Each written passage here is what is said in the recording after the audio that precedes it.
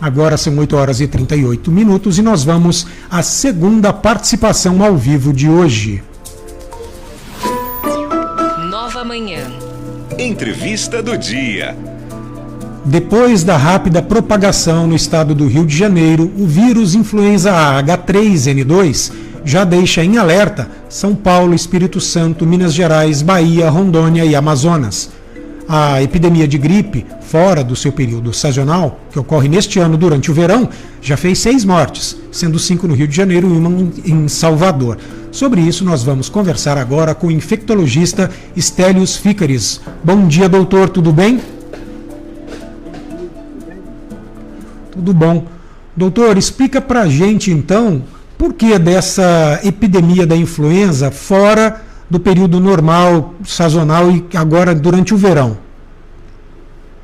Essa é uma resposta que todos gostaríamos de ter, né? O vírus da gripe tradicionalmente circula na época do inverno, porém não há nada que impeça ele de circular em outras épocas do ano. Coincidentemente, esse ano nós temos uma cepa diferente, né? A cepa Darwin H3N2, e por algum motivo ela está circulando mais precocemente do que costuma acontecer no hemisfério sul, né? E pegou todo mundo de surpresa aí. Doutor, isso pode ter alguma relação com o fato de as pessoas terem se protegido em relação à Covid e isso ter evitado ou bloqueado um pouco a epidemia durante o inverno e atrasado ela para o verão? Aparentemente não, né? Esse vírus, a variante Darwin, ela tem esse nome porque ela veio da Austrália, foi isolado o vírus na Austrália.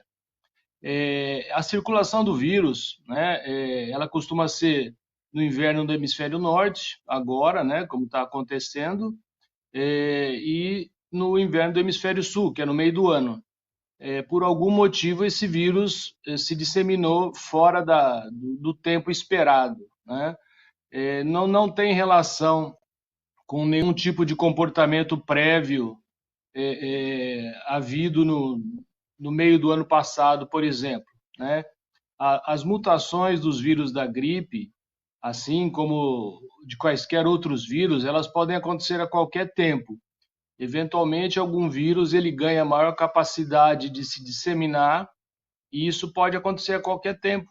E é o que está acontecendo agora com essa cepa australiana. Doutor, a gente pode dizer que é uma gripe comum ou ela tem sintomas mais sérios do que o que a gente está acostumado, coriza, dor de cabeça, essas coisas? Há diferenças que permitam a pessoa, não digo identificar, obviamente, mas ficar alerta? Na realidade, os sintomas desses quadros virais respiratórios, como a Covid, como a gripe, eles são indistinguíveis clinicamente. A pessoa vai ter febre, tosse, coriza, né, mal-estar, é um quadro indistinguível. O negócio é que a coisa, se o vírus tiver muita capacidade de se disseminar, você também vai ter mais casos graves, assim como acontece com a Covid, por exemplo. Então, a nossa preocupação é ele ter atingido uma época do ano em que nós ainda não temos a vacina específica para ele, e isso faz com que ele se dissemine em maior quantidade, e aí nós vamos ter os casos graves de gripe. Muita gente não sabe ou não acredita, mas a gripe tem o potencial para algumas pessoas de desenvolver um quadro grave e potencialmente mortal. Então, os cuidados que são os mesmos para a Covid devem ser mantidos para a gripe também. Doutor, existe alguma relação entre gripe e pneumonia? Na verdade, não é relação. A pergunta é, uma gripe, ela pode evoluir para uma pneumonia? Na realidade, o que acontece é que os quadros clínicos virais, eles podem, vamos dizer assim, como se enfraquecessem o indivíduo, né? Então, um quadro clínico de intenso, com febre, prostração, mau estado geral, ele pode facilitar o caminho das bactérias de pneumonia. E isso é daí que as pessoas fazem a relação entre gripe e pneumonia. O indivíduo debilitado pela gripe, ele pode ser uma presa mais fácil para a pneumonia. Doutor, agora eu gostaria de partir com o senhor para essa polêmica gigantesca sobre a vacinação das crianças contra a Covid-19, autorizada por algumas entidades, e isso não é só apenas no Brasil, crianças de 5 a 11 anos, salvo engano. O que o senhor tem a dizer sobre o assunto? É seguro? É para fazer? Como tratar isso? As instituições internacionais que lidam com isso já aprovaram essa vacinação para a faixa etária dos 5 aos 11 anos aí. Não há motivo para não se vacinar. As pessoas alegam que efeitos colaterais da vacina poderiam causar mal às crianças. Um dos efeitos colaterais mais citados é a miocardite, que é uma inflamação do músculo do coração, mas que costumeiramente, quando acontece, é muito leve e em poucos dias a criança se recupera. É de se lembrar também que a doença também causa miocardite, que no caso dela é bem mais grave e bem mais mortal.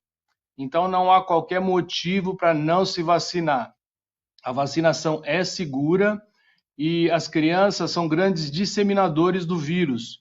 E quando você vacina, não só as crianças, mas também os adultos, você bloqueia muito a transmissão viral, não totalmente, mas o vírus circula por menos tempo naquele indivíduo. Ele acaba disseminando o vírus por menos tempo, acaba sendo um disseminador menos eficiente. Então, a vacinação é totalmente recomendada, não há nada que seja contra isso. As pessoas que alegam problemas em relação a isso, elas estão mal informadas, né? Ou tem gente até que tem má fé. Mas a gente tem que lembrar que, desde o início da pandemia, 2.400 crianças morreram de Covid. É muito pouco perto dos 620 mil adultos. Só que o choque, né, das crianças é muito maior. Criança não é para morrer, né? Então, não é concebível que se permita que uma criança só morra tendo vacina disponível. Então, é importante que a vacina seja feita, que os pais levem as crianças. Quanto mais gente vacinada, menos o vírus circula e mais gente fica protegida, inclusive aqueles que não tomam as vacinas, tá certo? Então, a vacinação deve acontecer, ela é importante, é uma faixa etária que deve ser protegida, né? E ela, como eu disse, é um importante vetor de transmissão para adultos. Então, temos que cortar ao máximo, né, essa disseminação, ao mesmo tempo que se mantém cuidados com máscara, com distanciamento. Tudo é uma questão de você aumentar a barreira de proteção em relação à disseminação dos vírus. Perfeito, doutor Stelios. Muito obrigado pelas informações. Tenha um bom dia.